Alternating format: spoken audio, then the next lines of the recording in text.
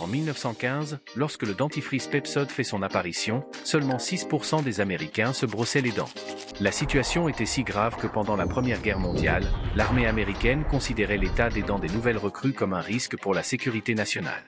Pepsod a alors fait appel à un homme, Claude Hopkins. Celui-ci a bouleversé les perceptions et les habitudes des consommateurs, poussant plus de 65% des Américains à se brosser les dents 10 ans plus tard. Aujourd'hui, nous plongeons dans l'histoire de l'homme qui a révolutionné la publicité moderne, amassant une fortune considérable et inscrivant son nom dans l'histoire de la publicité. Tell the truth, but make the truth fascinating. You know, you can't bore people into buying your product, you can only interest them in buying it. Tout commence en 1866, à Hillsdale dans le Michigan. Né de parents universitaires, le jeune Claude devient très tôt acharné par le travail. Il perd son père à l'âge de 10 ans et commence alors à soutenir sa mère. Il effectua toutes sortes de métiers, de vendeur de journaux à la criée à ouvrier agricole, en passant par chef de chorale et de l'école du dimanche, ou encore agent d'entretien. Il trouva par la suite un poste d'employé de bureau au sein de The Felt Boot Company située à Grand Rapids. Le travail est misérable cependant, il rencontra Melvin Bissell, un homme d'affaires et président de Bissell Carpet Sweeper Company. Surpris par la grande force de travail du jeune homme, Melvin l'embaucha sur le champ. Rapidement devenu un employé de bureau incontournable et ayant gravi les rangs, Claude Hopkins se rend compte que le seul moyen de progresser est de devenir vendeur. La direction lui donne alors sa chance. Étant à la saison de Noël, Hopkins eut une idée. Il proposa aux distributeurs de la marque d'installer gratuitement des présentoirs à balai Bissell avec des cartes « The Queen of Christmas Present ». Il envoya donc 5000 lettres aux distributeurs et reçut 1000 commandes. Grâce à ses idées novatrices, il devint rapidement le meilleur vendeur de la marque. Il multiplia les offres proposées aux distributeurs, créa une identité forte et lança même une version des balais en bois vermillon en provenance d'Inde. Continuant sur sa lancée, Hopkins devient chargé de publicité dans l'entreprise Swift et compagnie à Chicago. Il lance alors une campagne de terrain et présente le plus grand gâteau du monde fait en margarine de Swift. Le succès est au rendez-vous, 105 000 visiteurs entrent dans le magasin, créant une énorme couverture médiatique pour la marque. En 1907, il est alors âgé de 41 ans lorsqu'il est embauché par Albert Lasker, un publicitaire réputé et patron de l'agence Lord & Thomas à Chicago. Claude Hopkins devient concepteur-rédacteur et perçoit un salaire considérable de $185 000 par an. Tout au long de sa carrière, Hopkins a créé des accroches devenues célèbres telles que « Ma voiture d'adieu » et « Il a fallu 25 ans pour la construire » pour les voitures de Ransom et Lee Hold en 1913, ont rencontré un succès retentissant. Il est également recruté par la B.J. Johnson Soap Company de Milwaukee afin de lancer le savon Palmolive. Il parvient rapidement, notamment grâce à une technique de couponing, à en faire un des savons les plus vendus aux États-Unis et dans le monde à partir de 1911. En 1917, la compagnie change de nom, elle devient la Palmolive Company, rachète la Colgate Soap Company en 1928 et devient progressivement le plus grand conglomérat de l'industrie. Les rédacteurs d'Hopkins devaient faire des recherches sur les produits des clients dans le but de produire un texte qui soit « la raison pour laquelle ». Selon lui, un bon produit est souvent son meilleur vendeur et privilégié ainsi les échantillons payants et non pas gratuits proposés au public.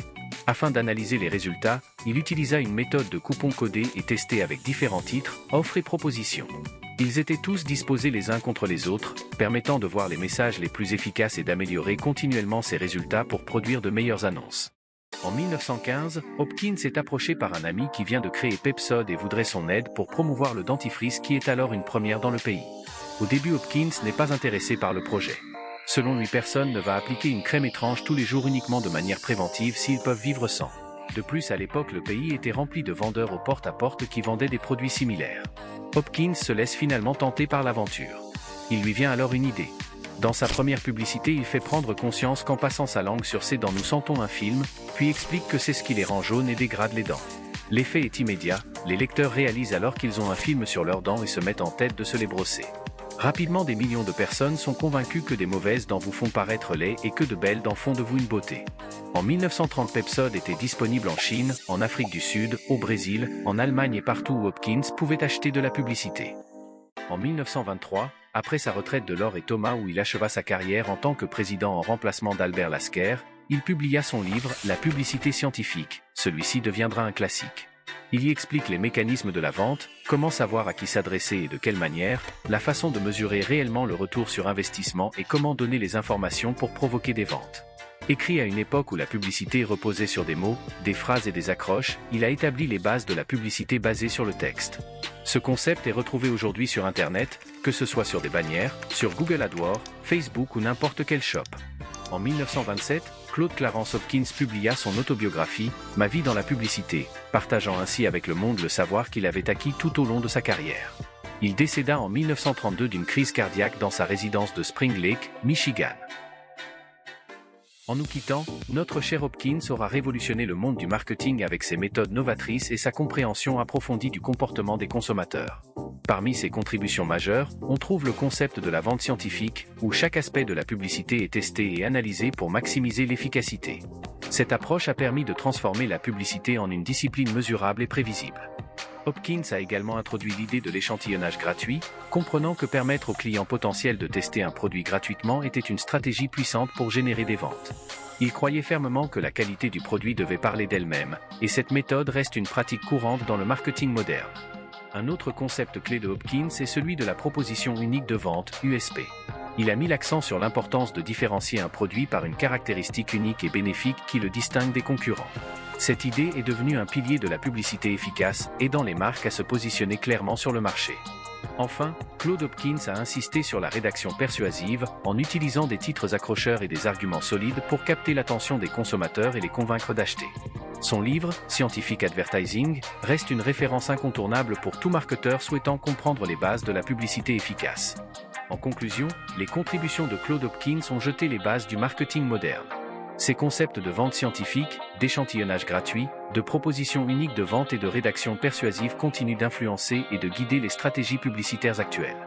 Grâce à ces idées, la publicité est devenue une science autant qu'un art, permettant aux entreprises de toucher leur public de manière plus précise et efficace. Merci pour votre visionnage, n'hésitez pas à donner vos avis dans les commentaires, à partager et à vous abonner pour ne rien manquer de nos prochaines explorations. Prenez soin de vous et à la prochaine. Ciao!